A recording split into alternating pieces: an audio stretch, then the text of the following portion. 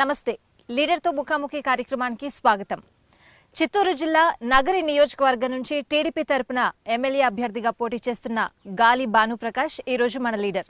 గాలి ముద్దు కృష్ణమనాయుడు రాజకీయ వారసత్వాన్ని కొనసాగిస్తున్నారు భానుప్రకాష్ గారు. మరి నగరిలో ప్రజల నుంచి ఎటువంటి స్పందన వస్తుందో ఆయన అడిగి తెలుసుకుందాం. నమస్తే అండి. నమస్తే అండి. బేసిక్ గా గాలి ముద్దు కృష్ణమనాయుడు గారు ఎంత పెద్ద లీడరో అందరికీ తెలిసిన విషయమే. కానీ ఆయన పిల్లల్ని రాజకీయ వారసులుగా ఆయనంతటా ఆయన ఎప్పుడూ ప్రకటించలేదు. మీరు కష్టపడి పైకొచ్చిన ఇదే. సో ఎలా అనిపిస్తోంది? ఖచ్చితంగా ఇవాళ నేను ఉన్నానంటే ఖచ్చితంగా నాన్న గారి మంచితనం, ఆయన కష్టం, ఆయన ప్రజల్లో ఏ విధంగా నడుచుకున్నారో ఆ తీరు, అవన్నీ కలిపి ఇవాళ నాకు ఒక అవకాశం ఇచ్చారు దేవుడు. ఆయన నడుచుకున్న ఇవాళ ఎక్కడికి పోయినా కూడా మీ నాయన చాలా గొప్పోడు, నాకు ఈ సాయం చేశాడు, మా కొడుకు ఉద్యోగం ఇచ్చాడు, లేకపోతే నాకు ఇల్లు పట్టా ఇచ్చాడు, నాకు ఈ సమస్య ఉంటే తీర్చాడు అని చెప్పే వాళ్లే. కానీ మీ నాయన నన్ను ఇబ్బంది పెట్టాడు, లేకపోతే నాకు కావాల్సింది చేయలేదు, నన్ను అలాంటి ఎక్కడ దాఖలాలు లేవు. అది ఆయన 30 yearsలో నడుచుకున్న విధి విధానం నడవిక. అది ఆయనకే సాధ్యమైంది. అది బేసిక్ గా ఆయన ఇంట్లో వాళ్ళకి తక్కువ చేసుకుంటారు, బయట వాళ్ళకే ఎక్కువ చేస్తారు అన్న మాట ఉంది. అంటే ఇంట్లో వాళ్ళని పెద్దగా పట్టించుకోరు, బయట ప్రజల కోసమే ఆయన పాటుపడతారు అని. ఎప్పుడైనా మీరు అడిగారా నేను రాజకీయాల్లోకి వస్తాను, మీ వెంటే ఉంటాను అని? అంటే ఆయన ప్రోత్సహించారు. ఎందుకంటే నేను గత 5 సంవత్సరాలుగా ఆయనతో పాటు తిరిగాను, ఆయనతో పాటు కాన్స్టిట్యున్సీలో కూడా విస్తృతంగా పర్యటించాము, కలిసి ప్రోగ్రామ్స్ చేశాము. కార్యకర్తలతో ఇబ్బందులు కూడా ఆయన నా దగ్గర పంపించేవాళ్ళు. ఏదైనా కూడా బానో దగ్గర పోని చెప్పి ఆయన కూడా ప్రోత్సహించారు, అవన్నీ చేశారు. ఆయన ఆ రోజు అలవాటు చేసిన ఇవన్నీ కూడా ఇవాళ మనకి ఇవాళ ఒక తార్కాణం. ఇవాళ ప్రజలు కూడా నాతో ఉన్న సన్నిహిత సంబంధాలు ఏర్పడడానికి అదొక మార్గం అయింది. ఇప్పుడు నాన్నగారితో ఎంత క్యాడర్ ఉందో మీతో కూడా అదే క్యాడర్ కొనసాగుతోందండి? పెరిగింది ఇంకా. ఎందుకంటే నాన్న దగ్గర ఉన్న క్యాడరు ఇప్పుడు ఆయన లేని లోటు జనాలు కనపడతా ఉంది. మనిషి లేనప్పుడు మనిషి వాల్యూ తెలుస్తుంది అంటారు. అది ఇవాళ పూర్తిగా కనపడతా ఉంది. ఎంత పెద్ద లీడర్ని పోగొట్టుకున్నాము అనేది ప్రజల్లో విస్తృతంగా ఆ ఫీలింగ్ అయితే కనపడతా ఉంది. ఇప్పుడు కొత్త వాళ్ళు కూడా వచ్చేసి ఏమంటున్నారంటే, నిన్ను గెలిపించుకోవాల్సిన బాధ్యత మా మీద ఉంది, మేము ఖచ్చితంగా మీకోసం కష్టపడతాం, పాటుపడతాం, నువ్వు కూడా మీ నాయనలా కష్టపడాలి, మా మంచి అడ్డులు చూసుకోవాలని చెప్పి వాళ్ళు స్వచ్ఛందంగా తీసుకెళ్తా ఉన్నారు. నిన్న చూశారు బాబు గారి మీటింగు మనం ఉన్న పుత్తూరులో మేము కండక్ట్ చేసాం. అది మేము మీటింగ్ అని చెప్పాం, కానీ దాని మించి మేము చేసిన కూడా ఏం లే. దరిదాపులో 50,000 మంది స్వచ్ఛందంగా వాళ్ళు వచ్చి ఒక కాన్స్టిట్యున్సీ లెవెల్లో మా దగ్గర ఉన్న పాపులేషనే 190,000 ఓటర్స్, కొంచెం తక్కువ 190 కన్నా కూడా. అలాంటి 190,000 ఓటర్స్లో దరిదాపులో 50,000 మంది స్వచ్ఛందంగా మీటింగ్ హాజరయ్యారంటే దాన్ని బట్టి ఇక్కడ ప్రవహిస్తున్న గాలి, ఈడున్న వాతావరణం మీకు అర్థమైపోవాలి. ఇక్కడ క్యాండిడేచరు రోజా వర్సెస్ భానుప్రకాష్ కాదు, ఇక్కడ ఉండేది కూడా రోజా వర్సెస్ యాంటీ రోజా. ఇక్కడ మాకు రోజా వద్దు బాబోయ్ అనే వాళ్ళు ఎక్కువ ఉన్నారు ఇక్కడ. ఎందుకంటే ఆమె ఈ 5 సంవత్సరాలు కనపడింది లేదు. ఇవాళ ఎలక్షన్కి వస్తుంది, మేము ఉన్నా అని చెప్తుంది, నవ్వుతుంది, అన్నీ చేస్తూ ఉంది. కానీ ప్రతి చోట పోతే 5 సంవత్సరాలు ఏమైపోయామమ్మా అని అడుగుతూ ఉంటే, మీరు రోజు నన్ను చూస్తున్నా కదా అని అంటే ఏదో కామెడీతో బయటపడదామని ప్రయత్నం చేస్తూ ఉంది. కానీ ఒక కామెడీని ఎన్నిసార్లు చూస్తారు? అవును. అయితే రోజా గారు అంటున్నారండి, ప్రభుత్వం మాది కాదు కదా, అందుకే నేనేం చేయలేకపోతున్నాను అంటున్నారు. ప్రభుత్వం ఖచ్చితంగా అది కాదు, అది దొంగల ప్రభుత్వం కాదు, ఇది చేతల ప్రభుత్వం. ఆమె ఈ ఫలానా ఊరికి వచ్చి ఈ సమస్య ఉందని తెలుసుకొని అధికారుల దృష్టికి వెళ్తే కదా ఏదైనా చేయడానికి. ఆమె ఊరికి రాదు, సమస్య తెలుసుకోదు, ఏదైనా చెప్తే మా ప్రభుత్వం కాదు కదా అని చెప్తా ఉంది. నువ్వు తిరగడానికి అడ్డం చెప్పారా? ఏదైనా ఊర్లో పోవడానికి అడ్డం చెప్పారా? ఈ ఊర్లో ఈ తాగునీటి ప్రాబ్లం ఉంది, డ్రైనేజ్ ప్రాబ్లం ఉంది, రోడ్డు ప్రాబ్లం ఉంది, రేషన్ ప్రాబ్లం ఉంది, ఏదో ఒక ప్రాబ్లం అధికారుల దృష్టికి తీసుకెళ్తే 1కి 10 తీసుకెళ్తే చేయక తప్పదు. మా నాన్న అపోజిషన్లో ఎక్కువ ఎమ్మెల్యే చేశారు, ఆయన రూలింగ్ పార్టీలోనే చాలా తక్కువ. అయినా కూడా ఆయనకి ఎదురు కాని సంఘటన ఆమెకు ఎందుకు ఎదురవుతా ఉంది? ఆమె అందుబాటులో ఉండదు, ఆమెకు టైం ఉండదు. ఆమె ఎంతసేపు స్టూడియోలు ఎమ్మట హైదరాబాదు, చెన్నై ఎమ్మట తిరుగుతూ ఉంటే ఇక్కడ మనుషులకి టైం లేదు. ఆమె ఇప్పుడు ఎలక్షన్లకి వచ్చింది, నవ్వుతూ ఉంది, నేనున్నా అంటుంది, మాట అంటే హామీలు ఏదంటే అది ఇస్తూ ఉంటుంది. కానీ ఇంతకుముందు ఇచ్చిన హామీలకి దిక్కు లేదు, ఇప్పుడు కొత్త హామీలు ఇస్తూ ఉంటే ఇంకేం లాభం? రైట్. సో ఇప్పుడు మీరు ఈ నగరి నియోజకవర్గంలో రాజకీయాన్ని రోజా వర్సెస్ యాంటీ రోజా కింద చూస్తున్నారా, లేదంటే మీరు ఏమైనా నినాదాన్ని తీసుకెళ్తున్నారా? ఖచ్చితంగా ఒక ఎమ్మెల్యే ఎలా ఉండకూడదు అనే దానికి ఆమె నిజ స్వరూపం. అంటే ఎవరన్నా ఫెయిల్యూర్ ఎమ్మెల్యే ఉన్నారంటే ఆమె ఒక పరమావధి, ఆమె ఎగ్జాంపుల్. ఎట్లా నడుచుకోకూడదు అనే దానికి ఆమె ఒక నిదర్శనం. ఒక మహిళ ఎలా ప్రవర్తించుకోకూడదు అనేది ఆమె ఒక ఎగ్జాంపుల్. ఏ విధంగా చూసినా కూడా ఆమె అంటే పాజిటివ్ యాంగిల్ చూడడానికి ఎంత ట్రై చేసినా కూడా నేను అనుకుంటా ఒక ఆడపడుచు కదా, ఏ విధంగా ఆమెని పాజిటివ్ యాంగిల్ చూద్దామని. ఏ విధంగా చూసినా ఆస్కారం ఇవ్వడం. ఆమె హావభావాలు కానీ నడవడికి కానీ సిగ్గు అంటే నేను వాడే భాష నేను వాడాలా నాకే సిగ్గేస్తుంది. అలాంటి ఎమ్మెల్యేని మేమెందుకు తెచ్చుకున్నాం బాబోయ్ అని నగర ప్రజలు వాపోతున్నారు ఇవాళ. అది ఖచ్చితంగా ఇవాళ ఆమెను తిరస్కరించబోతున్నారు. మీరు 11వ రోజు ఎలక్షన్ కాబోతా ఉంది, కౌంటింగ్ అనే రోజు మీరు చూస్తారు ఆమెను ఏ విధంగా తిరస్కరించబోతున్నారు అనేది. నగరిలో మీ దృష్టికి వచ్చిన క్షేత్రస్థాయిలో ఉన్న సమస్యలు ఏంటండి? ప్రధానంగా ఈ కాన్స్టిట్యున్సీలో వాటర్ ప్రాబ్లం అనేది చాలా పెద్దగా ఉంది. ఎందుకంటే వర్షం కానీ ఒకవేళ వర్షాభావం కానీ తగ్గితే ఆ ఇంపాక్ట్ ఇమ్మీడియట్గా వచ్చేసి డ్రింకింగ్ వాటర్ కానీ సాగునీరు కానీ పడిపోతూ ఉంది. దానికి పర్మనెంట్ సొల్యూషన్ చూసుకోవాలి. దానికి సాగునీరుకి అయితే హంద్రినీవ గాలేరు నగరి మాకు ఇక్కడ వచ్చేది గాలేరు నగరి, అది కంప్లీట్ చేసుకోవాల్సిన అవసరం ఉంది. అలాగే మున్సిపాలిటీస్ రెండింటికి కూడా తాగునీరు పెద్ద ఇబ్బందిగా ఉంది. దానికి మా నాన్నగారు ఉండగానే 135 కోట్లతో ఏడీబీ లోన్తో, ఏషియన్ డెవలప్మెంట్ బ్యాంక్ లోన్తో తెలుగంగ నుంచి పైప్ లైన్ ఒకటి శాంక్షన్ చేయించారు. టెండర్ కూడా అయిపోయింది. నాకు తెలిసి అది ఒక 6-7 monthsలో ఆ కాలం కూడా సాకారం అవుతుంది. అదైతే పుత్తూరు మున్సిపాలిటీకి వాటర్ ప్రాబ్లం కూడా తీరిపోద్ది. ఆ పైప్ లైన్ ఎక్స్టెండ్ చేయమని ముఖ్యమంత్రిని అడగడం జరిగింది. ఆయన కూడా సానుకూలంగా స్పందించారు కూడా. సో ఇంకా అన్ఎంప్లాయ్మెంట్ ఎక్కడికి వెళ్ళినా కూడా, ఏ నియోజకవర్గంలో చూసినా కూడా అన్ఎంప్లాయ్మెంట్ అనేది చాలా ఎక్కువగా కనిపిస్తోంది. అందులోనూ మనది కొత్తగా ఏర్పడిన రాష్ట్రం. సో చంద్రబాబు నాయుడు గారు కూడా యంగ్స్టర్స్కి ఈసారి మంచి అవకాశం ఇచ్చారు. సో ఏంటి, ఏ దిశగా ఆలోచిస్తే అది పరిష్కారం అవుతుంది అనుకుంటున్నారు? అంటే మాదొక విచిత్ర పరిస్థితి. మా నగరి కాన్స్టిట్యున్సీ మేము మాది లొకేషన్ వైజ్ పర్ఫెక్ట్ లొకేషన్. మాకు దీనికన్నా పర్ఫెక్ట్ లొకేషన్ దొరకదు. చెన్నైకి 3 దూరంలో ఉన్నాం, ఈ పక్క తిరుపతికి 3 దూరంలో ఉన్నాం.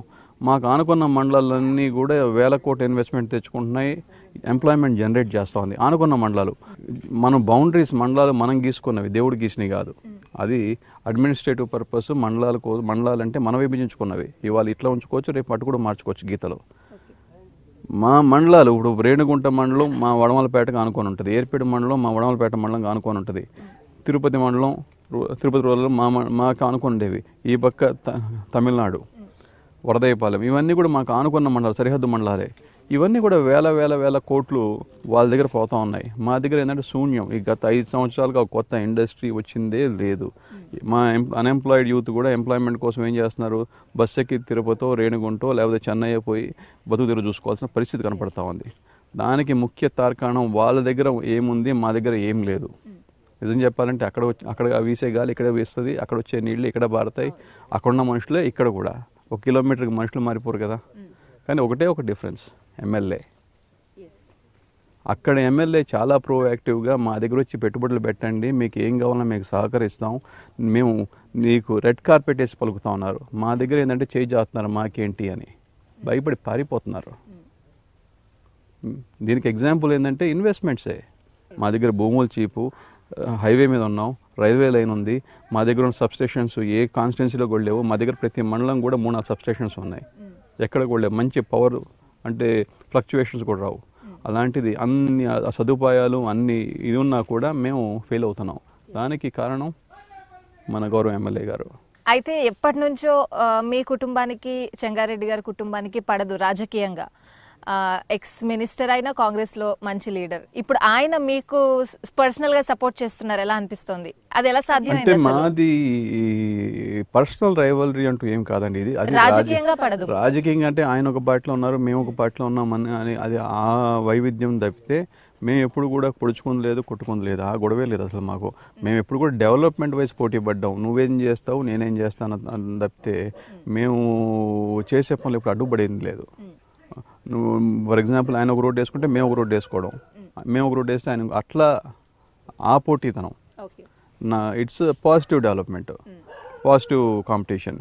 చెంగారెడ్డి గారు ఇవాళ నగరి కాన్స్టిట్యున్సీ ఆమె చేతున్న మళ్ళా పడితే పాడైపోతుంది ఆయనకి. ఎందుకంటే ఆయనకి దరిదాపుల్లో 1978 నుంచి, అంటే నేను చెప్పేది ఎమ్మెల్యేగా, ఆయన సమితి ప్రెసిడెంట్గా దాని ముందే ఉన్నారు. 1978 నుంచి ఈ కాన్స్టిట్యున్సీతో ఆయనకు అనుబంధం ఉంది. ఎంతన్నా ఆయనకి 1978 నుంచి ఆదరించిన ప్రజల పట్ల ఆయన కూడా ఏమైనా చెయ్యాలి, బాగుండాలన్న ఆదరణ ఖచ్చితంగా ఉంటుంది. ఎందుకంటే ఆయన ఈ ప్రజలు ఆదరించారు, ఈయనకి రిప్రజెంట్ చేశారు. ఇప్పుడు ఆయన చూసి భయపడుతున్నారు. ఏంటి ఈమె చేతిలో పెడితే ఏమైపోతారు ప్రజలు, ఏమైపోతుంది కాన్స్టిట్యున్సీ. ఆయనకేం సెల్ఫ్ ఇంట్రెస్ట్ లేదు. నేను గెలిచినంత మాత్రం ఆయన ఎత్తి మీద కిరీటం బెటరు. కేవలం నియోజకవర్గం అభివృద్ధి కోసం కలిసి పనిచేస్తున్నారు. Exactly. Only there is no personal interest of his. కేవలం కాన్స్టిట్యున్సీ బాగుండాలి, ప్రజలు బాగుండాలి, డెవలప్ కావాలి, అన్ని పనులు సక్రమంగా కావాలి, కరప్షన్ తగ్గాలి అనే మంచి సదుద్దేశంతో ఆయన ఇవాళ బయటపడి, ఎందుకంటే ఈ వయసులో ఈ తరుణంలో ఆయన ఈ పని చేయాల్సిన అవసరమే లేదు. ఆయన ఏమి సీట్ అడగాల, ఆయన కాంగ్రెస్ పార్టీలోనే కొనసాగుతున్నారు. కాంగ్రెస్ పార్టీలో ఉండి ఆయన పర్సనల్ లెవెల్లో వచ్చి బాణను గెలిపించుకోవాల్సిన అవసరం చాలా ఉందని చెప్పి ప్రజలకు కూడా చెప్తా ఉన్నారు. దాన్ని బట్టి మనం చెప్పొచ్చు ఇక్కడ మాకు ఎంత పెద్ద ఫెయిల్యూర్ ఎమ్మెల్యే ఉందని చెప్పేసి. ఎస్. అయితే గాలి ముద్దు కృష్ణమనాయుడు గారు అందరినీ కలుపుకుపోయే స్వభావం, ఎంతో విసిగితే గాని వ్యతిరేకించని స్వభావం. సో మీరేంటి మరి, నాన్నగారులానే మీరునా, లేకపోతే? నా గురించి నేను సర్టిఫికెట్ ఇచ్చుకోవడం కరెక్ట్ కాదు అది. ఎందుకంటే మీరు చాలా రాశారు, చాలా మంది చాలా చూశారు. నా స్వభావం ఏంటంటే నేనేమనుకుంటాను, కలుపుకోలుతంగా పోవాలని చెప్పే ఉద్దేశం నాది. అందరినీ కలుపుకొని పోతే అందరూ బాగుంటాం అనేది ఉద్దేశం నాది. నేను దానికే ప్రయత్నం చేస్తాను. రానున్న రోజుల్లో కూడా అందరినీ కలుపుకొని పోతాను. ఎస్. మనకి బయట నుంచి ఎంత సపోర్ట్ ఉన్నా ఇంట్లో కూడా సపోర్ట్ ఉంటే ఇంకా మనం ఫ్రీగా చేయగలం. సో ఇంట్లో నుంచి ఎంత సపోర్ట్ ఉంది భానుప్రకాష్ గారు? ఇప్పుడు నేను ఎప్పుడు కూడా రాజకీయాన్ని కుటుంబాన్ని ఎప్పుడు కలపలే. ఓకే. రాజకీయం అనేది ప్రజలకు సంబంధించిన వ్యవహారం, ప్రజా సంక్షేమం, వాళ్ళ మంచి చెడ్డలు. ఇది కుటుంబ సంక్షేమం కాదు. ఇది మా నాన్న కూడా అదే చెప్పేవాళ్ళు. కుటుంబాన్ని రాజకీయాన్ని సపరేట్గానే పెట్టారు. ఏదన్నా కూడా నువ్వు పోయి ఎక్కడ బయట పని చేసుకోరా అంటే వాళ్ళు, కానీ నువ్వు కాన్స్టిట్యున్సీలో వచ్చి ఈ పని చేసుకో, ఆడ డబ్బులు తీసుకో అని చెప్పి దాఖలా లేవు. ఇప్పుడు కూడా మీరు కాన్స్టిట్యున్సీ మొత్తం తిరగండి, ఎక్కడన్నా కూడా బాను ఈ పలానా పైసా తిన్నాడని చెప్పండి వర్క్ చేసాడని. ఎక్కడ కూడా ఏ వర్క్ నాకు సంబంధం లేదు, ఎవరికి ఇచ్చారో కూడా నాకు సంబంధం లేదు. అట్లని చెప్పి నాకు తెలియకుండా జరుగుతుందంటే నాకు అన్నీ తెలిసే జరుగుతున్నాయి. నాన్న చెప్పేవాళ్ళు ఇట్లా మారిగా పలానా మనిషికి వర్క్ ఇచ్చా అంటే, పెద్ద వర్క్స్ అని ఉంటే కూడా పలానా ఈ ఊర్లో ఆయనకి ఇచ్చాము వాళ్ళు వీళ్ళని తెలుస్తూ ఉంటాయి విషయాలు. అంతేగాని ప్రజా సంక్షేమం కోరి రాజకీయాలకు రావాలి, కానీ పర్సనల్ లాభం అనే అవసరం దీంట్లో లేదు. ఇంకా కుటుంబ నేపథ్యం అంటారా, కుటుంబాలకు ఏ రోజుకైనా కలవాల్సిందే. ఎందుకంటే బ్లడ్ ఇస్తే ఇక్కడ తిన వాటర్ అంటారు, ఖచ్చితంగా మళ్ళీ కలుసుకుంటాం. ఎస్. సో చాలా తక్కువ టైం ఉంది సో ప్రచారానికి, అండ్ ఓటింగ్ టైం కూడా దగ్గరకు వచ్చేస్తుంది. సో ఇంత క్రూషియల్ టైంలో ప్రచారానికి వెళ్తున్నారు, ప్రజల నుంచి ఎటువంటి రెస్పాన్స్ వస్తుంది? ప్రధానంగా వాళ్ళ దగ్గర నుంచి ఎటువంటి సమస్యలు వింటున్నారు మీరు? అంటే నాకు యాక్చువల్గా ఉన్న పాజిటివ్ ఆస్పెక్ట్ ఏంటంటే ఓటర్స్ నుంచి వస్తున్న రెస్పాన్స్. నాకు తక్కువ టైం ఉంది, నేను అందరిని కలవలేకపోతున్నమాట వాస్తవం. నాకు 150 సెగ్మెంట్స్ ఉన్నాయి, పంచాయతీలు అయితేనేమి, వార్డులు అయితేనేమి. దాంట్లో మళ్ళీ హ్యామ్లెట్స్ ఉన్నాయి, విలేజెస్ ఉన్నాయి, రకరకాలుగా ఉంది. ఒక్కొక్క సెగ్మెంట్ చుట్టాలన్నా నాకు ఒక రోజు చాలదు. నిజంగా చెప్పాలంటే ఒక రోజు చాలదు. 150 రోజులు అయితే నా దగ్గర లేదు. నేను కూడా ప్రజలకి పదే చెప్తా ఉన్నా, అన్న మీ ఇంటికి రాలేకపోతున్నా పర్సనల్ లెవెల్లో, ఖచ్చితంగా అవకాశం ఉంటే వచ్చేవాడిని, దయచేసి మన్నించండి, నన్ను ఆదరించండి, మీ ఇంట్లో వాడిగా మీకు అండగా దండగా ఉంటాను, మీ మంచెడ్లు ఖచ్చితంగా చూసుకుంటాను, నా చేతనైన సాయం మీకు తప్పకుండా చేస్తాను, మీరు మా నాన్నగారిని ఎట్లా ఆదరించారో నన్ను కూడా అదే విధంగా ఆదరించండి అని రిక్వెస్ట్ చేయడం జరుగుతుంది. ఊళ్ళోకి వెళ్ళినప్పుడు వాళ్ళు కూడా అర్థం చేసుకొని, మీరు గమనించండి ఏ ఊరి మీద కూడా నీరాజనాలు పలుకుతున్నారు. నాకున్నది 20 రోజులు. నా క్యాండిడేచర్ ఫైనలైజ్ అయింది 20-25 డేస్ బ్యాకే. అంతకుముందంతా కూడా ఫైనల్ కాలే. 20-25 డేస్ ముందే ఫస్ట్ లిస్ట్లో అనౌన్స్ చేశారు సీఎం గారు. అప్పుడు దాకా ఇఫ్ అండ్ బట్లో ఉండింది.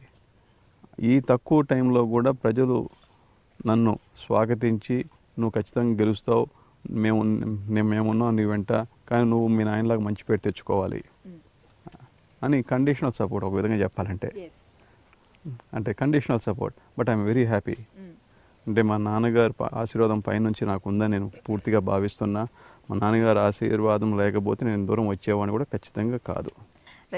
ఎంత చూసుకున్నా వైసీపీ, టీడీపీ ఇక్కడ ప్రధాన పార్టీలు. రోజా గారు చెప్తున్నది ఏంటి అంటే, వైసీపీ ఖచ్చితంగా ఈసారి అధికారంలోకి వస్తుంది, నేను ఏమైతే చేయాలనుకున్నానో అవన్నీ నగరి ప్రజలకి చేసి చూపిస్తాను అని అంటున్నారు. సో ఏం చెప్తారు? వైసీపీ ఎప్పుడు అధికారంలో వస్తూనే ఉంటుంది. 2014 కూడా వస్తూనే ఉంటుంది, 2019 కూడా వస్తూనే ఉంటుంది, 2024 కూడా వస్తూనే ఉంటుంది. వాళ్ళ భాషకి అర్థం ఉండదు, పాడు ఉండదు. ఆయన ఇప్పటికీ మనం చూసాం విశాఖపట్నం ఎయిర్పోర్ట్లో ఆయన ముఖ్యమంత్రి అని ఆయనే సర్టిఫికేట్ ఇచ్చేసుకున్నాడు. ఏం హోమ్ మినిస్టర్ అని ఇంకేం డిక్లేర్ చేసేసుకుంది. అది నాకు అర్థమే కదా, అది పార్టీయా లేకపోతే ఏంటో. అది ఒక పద్ధతి ఉండదు, పాడు ఉండదు.